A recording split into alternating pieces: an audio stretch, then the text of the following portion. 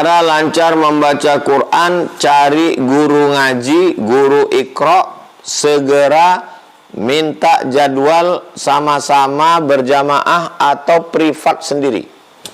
Iqra 1, Iqra 2, Iqra 3. Saya kemarin ketemu dengan pejabat selevel gubernur, lalu kemudian dia mengajak teman-temannya untuk belajar Iqra.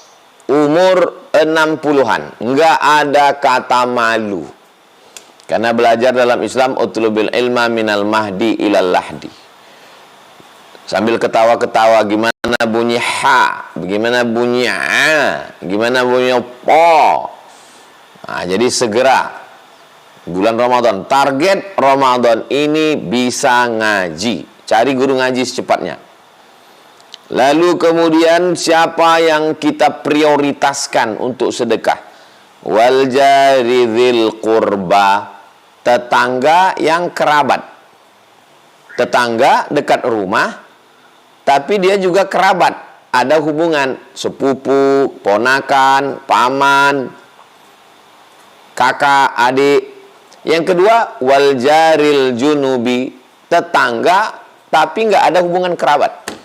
Jadi kalau ring satunya tetangga yang kerabat. Setelah itu baru tetangga yang bukan kerabat. Nah, inilah prioritas untuk ngasih sedekah. Demikian.